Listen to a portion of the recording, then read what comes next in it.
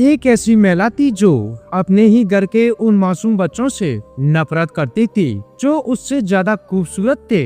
उन बच्चों की चमक, उनकी मासूमियत और उनकी सुंदरता उसे भीतर तक जला दे देती थी। वह जलन सिर्फ एक एहसास नहीं थी, वह धीरे धीरे एक जहर बन चुकी थी। इतना गहरा जहर कि वह उन मासूम बच्चों की खूबसूरती को मिटाने के लिए किसी भी हद तक जाने को तैयार थी।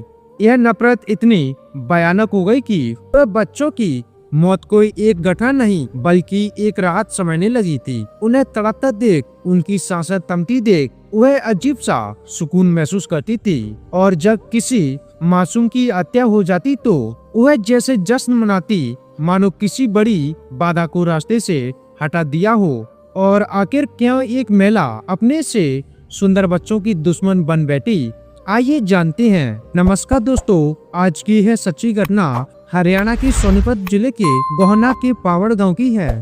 पानीपत के गांव नेतला में सतपाल के बेटे अमन की शादी का समारोह चल रहा था। शादी की रौनक, घर की चहल पहल और खुशियों का माहौल था। बारात विदा करने के समय जब बाकी सभी महिला बाहर गयी, तभी पूनम भी चुपचाप कहीं चली गई। उसी दौरान छोटी बच्ची विधि भी अचानक गायब हो गई। जब महिला बारात विदा करके लौटी तो पता चला कि विधि कहीं नहीं मिल रही थी। पूरे घर में कूचबीन शुरू हुई। थोड़ी ही देर बाद उसका शव ऊपर की मंजिल वाले स्टोन में रखा पानी के टब में मिला। घर में मातम छा गया। शादी का घर पल भर में शोक में बदल गया। विधि के दादा सेवानिवृत्त उप निरीक्षक पाल सिंह ने तुरंत कहा कि यह हादसा नहीं हो सकता। उनका तर्क साफ था, टब मात्र 1 फीट का था, उसमें कोई बच्चा डूबकर नहीं मर सकता था। बच्ची के हाथ पैर टब से बाहर थे और फर्श पर दूर दूर तक पानी फैला हुआ था।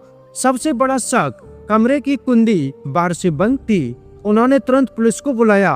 पूरी से टीम पहुंची। शादी के वीडियो खंगाले गए। महिलाओं से पूछताछ हुई। जांच में सामने आया कि पूनम और विधि दोनों एक ही समय गायब हुई थी।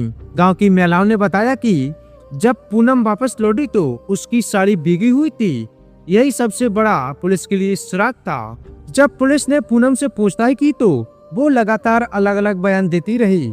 शक गहरा गया। कड़ी पूछताछ में आखिरकार वह टूट गई और बारात को कबूल कर लिया। अब जानते हैं इस घटना की जड़ कितनी गहरी है। यह घटना किसी एक दिन की नहीं थी।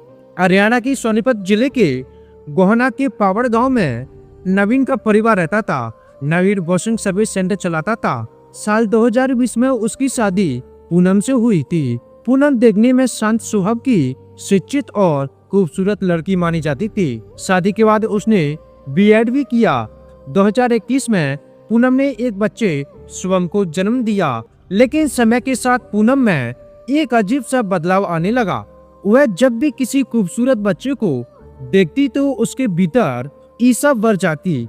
उसे बर्दाश्त नहीं होता था कि कोई बच्चा उससे अधिक सुंदर लगे। यही जलन धीरे धीरे उसके दिमाग में खतरनाक रूप लेती चली गई। पूनम ने पहला मर्डर 13 जुलाई 2023 में किया। सोनीपत के गांव पावड़ में उसकी ननंद अपनी 11 साल की बेटी ईस्का को लेकर मायके आई हुई थी। उसी दिन पूनम ने ईस्का को पानी के हौद में डुबोकर मार दिया और इस हत्या को अवसर दिखाने के लिए उसने अपने 3 साल के बेटे सोम की भी हत्या कर दी ताकि किसी को उस पर शक न हो। दुख भरे उसके रोने से सबको धोखा दे दिया। कोई सोच भी नहीं सकता था कि यह काम उसी का है। और दूसरा मर्डर साल 2025 में। इसी साल पूनम अपने मायके गई हुई थी। वहाँ वह रिश्तेदार दीपक के घर रुकी हुई थी। रात में दीपक की 10 साल की बेटी जिया को अपने साथ पशुओं के बाड़े में ले गई और औद में डुबोकर मार दिया। जिया के ताऊ ने तुरंत शक जताया कि बच्ची पानी में कैसे गिर सकती है। लेकिन पूनम की मां और घर वालों ने उसे समझाकर मामला दबा दिया था और पूनम एक बार फिर बच निकली। और फिर तीसरी वारदात, विधि की हत्या, जहां वह आखिरकार पकड़ी गई। पुलिस के मुताबिक पूनम बच्चों की हत्या के बाद जश्न मनाती थी। उसे अंदरूनी सुकून मिलता था, मानो किसी सुंदर बच्चे को मिटाकर उसने अपनी जलन शांत कर ली हो। लेकिन इस बार वह बच नहीं पाई। पुलिस ने उसे गिरफ्तार कर लिया और उसके सारे राज आज सबके सामने हैं।